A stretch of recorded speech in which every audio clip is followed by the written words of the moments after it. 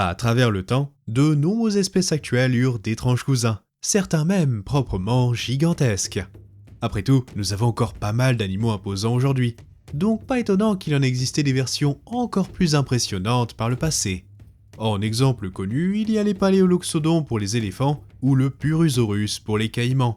Mais certaines créatures n'étaient pas juste un peu plus grosses, mais énormes par rapport à leurs cousins du XXIe siècle. Parfois même les plus gros animaux au sein de leur environnement. Alors qu'aujourd'hui, ceux-ci sont plutôt petits. Voici donc 7 des cas les plus impressionnants d'animaux petits et mignons parfois, mais qui ont eu des cousins un peu plus gros. La première créature du jour est tout sauf amicale, et fut cousin d'un des poissons les plus terrifiants de notre planète, les piranhas. Ces petits poissons sont réputés pour leurs dents extrêmement tranchantes, idéales pour arracher la chair de leur proie avec une facilité déconcertante. Mais l'espèce la plus connue, le piranha à ventre rouge, n'atteint généralement qu'une vingtaine de centimètres, avec une taille maximale allant jusqu'à 45 centimètres. Donc certes, ils ne sont pas minuscules, mais vous n'avez rien à craindre d'un individu isolé. Toutefois, il y a 9 millions d'années, ce fut une toute autre histoire, car à l'époque, l'Argentine abritait le plus gros piranha de tous les temps, subtilement nommé le méga piranha. Ces charmantes bestioles auraient mesuré entre 95 et 128 cm de long. Bon, heureusement, ceci fut légèrement exagéré, et il aurait mesuré qu'1 mètre de long au maximum, ce qui est déjà pas mal quand même.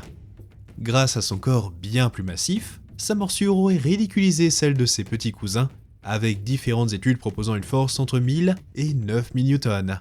Rien que l'estimation la plus basse est 4 fois supérieure à celle du piranha noir, l'actinoptérygien carnivore ayant la morsure la plus puissante par rapport à la taille du corps. À l'aide d'une telle puissance, notre piranha préhistorique aurait été capable de perforer des os aussi épais que le fémur d'une vache, des carapaces de tortues, ainsi que l'armure de certains poissons-chats. Donc il a été proposé qu'ils chassaient principalement ce genre de petites proies armurées, et potentiellement, s'ils étaient grégaires, de grands mammifères s'aventurant dans l'eau. Mais quelque chose titilla les chercheurs. En effet, il aurait appartenu à la famille des Serrasalmidae, qui, outre les piranhas, contient plusieurs espèces omnivores ou frugivores, tel le fameux pacu. Or, les dents du méga-piranha ont une structure, disons, intermédiaire. Tranchante, comme le piranha à ventre rouge, mais aussi épaisse et profondément engoncée dans la mâchoire que le pacu. Donc une seconde hypothèse serait que notre mystérieux poisson était un omnivore opportuniste, ce qui n'est pas si rassurant au final. Dans tous les cas, rassurez-vous, car notre ami a disparu il y a bien longtemps, le fossile le plus récent datant d'il y a 6 millions d'années, au Miocène supérieur. Cependant, certains de ces géants disparus n'avaient rien de dangereux, tel ce bon vieux Arthropleura, une sorte d'étrange mille-pattes proprement colossale. Afin d'observer cette charmante bestiole, vous devez effectuer un gigantesque voyage dans le temps, il y a 345 millions d'années, à l'étage vicéen du Carbonifère inférieur. À l'époque, la plupart des continents étaient recouverts de gigantesques marécages à perte de vue, et les taux d'oxygène dans l'air étaient bien plus élevés qu'aujourd'hui. Ce fut en partie la raison pour laquelle de nombreux arthropodes, dont l'Arthropleura, purent atteindre des tailles gigantesques par rapport à nos insectes, arachnides et myriapodes actuels. Les plus gros spécimens auraient pu atteindre les 2,7 mètres de long, soit aussi grand qu'un lion, et ce pour un poids de 50 kg. Avec de telles mensurations, il était 9 fois plus long et 180 fois plus lourd que le plus gros mille-pattes actuel, l'hule géant africain. D'ailleurs, pour votre culture, on ne dit pas mille-pattes, mais diplopodes. Et ceux qui ont cette forme caractéristique bombée, que l'on trouve souvent dans nos campagnes, ce sont des hules. Bref, en plus de son impressionnante longueur, Arthropleura était aussi très large, 27 fois plus que notre hule géant actuel, et ceci mis en évidence par des empreintes espacées de 50 cm. Donc si vous êtes entomophobe, ceci aurait été la pire créature que vous puissiez rencontrer. Toutefois, malgré son allure peu engageante, il aurait été un gentil géant, probablement un paisible herbivore même. Cette idée provient du fait que la grande majorité des diplopodes, si ce n'est tous, sont végétariens ou détritivores. Mais qui sait, peut-être qu'un jour nous trouverons enfin des pièces buccales d'Arthropleura, et celles-ci montreront qu'il s'agissait d'un féroce prédateur. Ah ben c'est ça la paléontologie, on doit faire avec ce qu'on a. Pour l'heure, nous devons nous contenter de fragments de son armure, qui d'ailleurs était particulièrement épaisse. Or il semble que grâce à son exosquelette et sa taille, notre ami fut un animal particulièrement prospère. Il hantait ainsi une vaste partie de la Pangée, avec des spécimens retrouvés à travers l'Amérique du Nord et l'Europe, et ce pendant des dizaines de millions d'années. Ainsi, il aurait côtoyé une autre icône du Carbonifère, apparue il y a 305 millions d'années, la Méganeura. Ce gigantesque insecte volant appartenait à l'ordre des Méganisoptères, les plus gros insectes de tous les temps. Bien que son poids reste très incertain, nous avons des fossiles montrant une envergure d'à peu près 70 cm, ridiculisant n'importe quel insecte actuel. Ainsi, à cause de ses grandes et fragiles ailes, notre pseudo-libellule géante aurait vécu dans des milieux plutôt ouverts, des habitats où elle aurait pu tirer profit de ses gigantesques yeux pour traquer ses proies avant de les capturer à l'aide de ses pattes couvertes de piquants. Tout comme l'Arthropleura, ce serait l'abondance d'O2 dans l'air, ainsi qu'aucun prédateur aérien qui aurait permis un tel gigantisme. Malheureusement pour les petites créatures du Carbonifère et du Permien, Méganeura était loin d'être le seul insecte géant dans les cieux.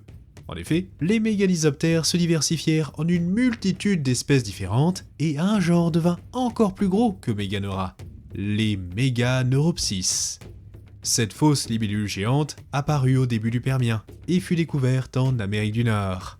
Elle était de loin le plus gros insecte de l'époque, pour ne pas dire le plus gros insecte de tous les temps, celle-ci dotée d'une envergure de 76 cm.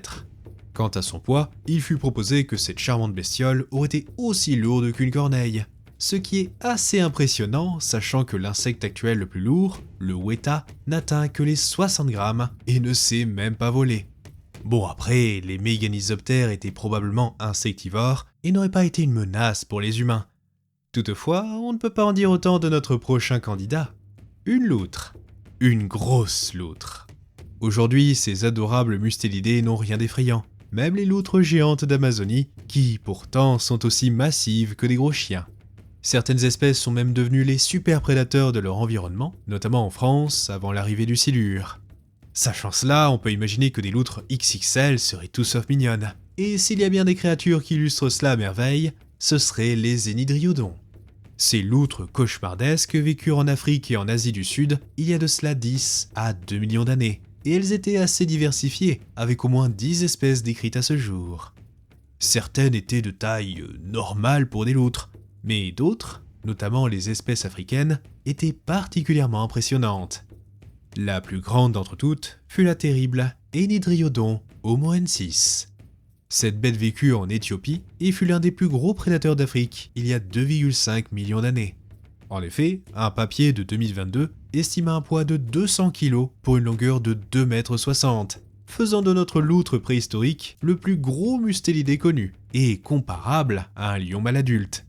Une telle stature lui aurait permis de dominer son environnement, détrônant Homotherium et Dinophélis, deux félins qui n'étaient pourtant pas des tendres. Outre sa taille, cette loutre était unique sous bien des aspects, notamment son alimentation. En effet, les taux isotopiques indiquent qu'elle avait un régime alimentaire plus proche des hyènes que de ses cousines actuelles, ou éteintes d'ailleurs. Ce papier anéantit l'hypothèse de départ, celle-ci proposant qu'il s'agissait d'un banal prédateur semi-aquatique, comme tout bonne loutre digne de ce nom d'ailleurs. Et ben non, Homoensis n'en fit qu'à sa tête et devint un super prédateur terrestre, n'hésitant pas à chasser divers grands herbivores ou à dévorer des carcasses. Il semble d'ailleurs que cet animal aurait pu être un charognard très efficace. En effet, ses molaires étaient particulièrement bien développés, lui permettant d'écraser les os tels que le ferait une hyène ou certains autres mustélidés. Mais le plus impressionnant fut ses grandes canines qui lui auraient permis d'abattre une grande diversité de proies telles que divers antilopes, équidés, rongeurs et lagomorphes. Mais ce n'est pas tout, car l'Éthiopie abritait aussi divers primates, notamment le terrible Dinopithecus et un certain Australopithecus. Or, si nos ancêtres venaient à croiser cette loutre géante, je ne donne pas cher de leur peau. Aucune preuve ne fut découverte à ce jour, mais il est assez cocasse d'imaginer un monde où les hommes, enfin hominines, étaient chassés par des loutres. Un autre mammifère ayant une version XXL est une charmante créature typique de nos forêts, les écureuils. Ils font partie de la vaste famille des sciuridés qui évoluèrent en une grande diversité de tailles et de formes. La plupart sont assez petits, tels que l'écureuil gris et l'écureuil roux, mais d'autres, telles les marmottes, peuvent atteindre une taille assez respectable, certaines espèces pesant parfois plus de 10 kg. Oui oui, les marmottes sont bel et bien des écureuils. Ça vous embouche un coin, pas vrai? Mais tout cela reste bien inférieur à notre écureuil du jour. Une bête féroce qui hantait l'Amérique du Nord du Miocène au Pléistocène. La presque marmotte, ou Pene marmotta. Ils étaient en panne d'inspiration ce jour-là. Ce petit gars était tout de même un sacré morceau, avec des indices suggérant un poids presque 2 fois supérieur à nos marmottes modernes et une longueur comparable au castor. Avec une telle taille, il est quasi certain que notre marmotte géante aurait eu un mode de vie terricole, peut-être creusant des galeries comme nos marmottes modernes. Malgré son nom, Pene marmotta aurait été plus proche des écureuils terrestres américains, tels les Spermophilus. Mais ironiquement, son régime alimentaire, lui, était plus proche des marmottes que de ces écureuils terrestres. Ceci fut déduit grâce à une dentition assez unique chez les sciuridés, avec des prémolaires particulièrement larges par rapport aux autres dents. Ceci, couplé à son imposante stature, amena les paléontologues à penser que cette fausse marmotte géante se nourrissait principalement d'herbes, de divers plantes herbacées, de racines et de fleurs. Le tout potentiellement agrémenté d'insectes et d'œufs, un comportement observé chez certaines espèces de marmottes actuelles. Franchement, est-ce que vous attendiez à ce qu'un jour on parle de marmottes et d'écureuils sur la chaîne? Un autre animal auquel on ne pense pas forcément quand on parle de la préhistoire, ce sont les manchots.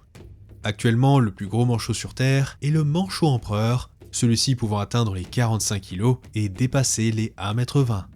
Mais cette famille d'oiseaux a une histoire passionnante, certains genres ayant été absolument immenses par rapport aux manchots modernes. Le plus amusant est que contrairement à ce qu'on pourrait imaginer, les plus gros d'entre eux n'auraient pas vécu durant l'âge de glace, mais à une époque bien plus chaude, juste après le Crétacé d'ailleurs, au Paléocène. C'est ainsi que la Terre vit naître le plus gros manchot de tous les temps, le Komimanu. Ce colosse vécut en Nouvelle-Zélande et aurait pesé plus de 3 fois le poids d'un manchot empereur, amenant certains à le surnommer le méga manchot.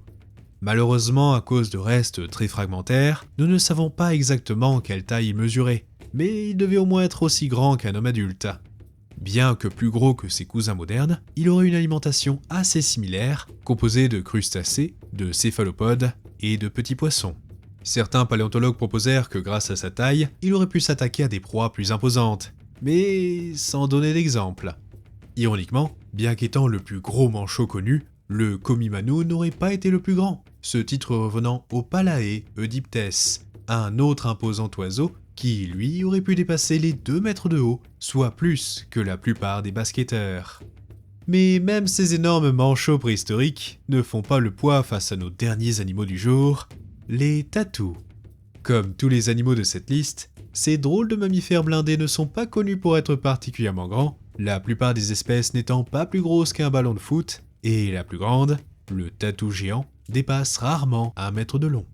Mais il y a pas si longtemps, c'était une toute autre histoire, certains étant parmi les plus gros animaux de leur environnement. Je veux bien sûr parler des Glyptodontidés. Cette famille de tatous préhistoriques vécut pendant plus de 37 millions d'années et arpenta quasiment toute l'Amérique. Avec une telle longévité, ils se diversifièrent et s'adaptèrent à de nombreux habitats, certains devenant même aussi imposants qu'une Clio. L'un des plus grands fut le célèbre Dedicurus, une belle bête ayant pu dépasser 2,6 tonnes pour une longueur de 3,60 m. Et bien sûr, comme tout bon tatou, il portait une épaisse armure d'ostéoderme, et ce, du nez à la queue. La spécificité de ce genre est l'immense masse à pointe au bout de la queue, une arme dévastatrice qu'il aurait pu balancer à une vitesse de 40 km/h, oblitérant n'importe quel prédateur à l'impact.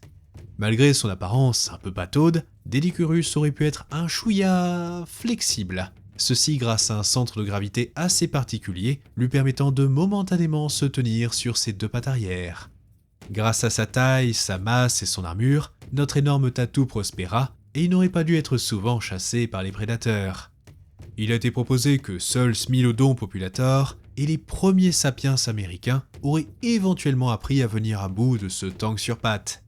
Nous avons même des preuves fossiles d'attaque de Smilodon, et concernant les humains, ceux-ci chassaient couramment ses cousins les Glyptodons, donc Dedicurus n'aurait sans doute pas pu leur résister. Et voilà, je pense qu'on est bon pour aujourd'hui.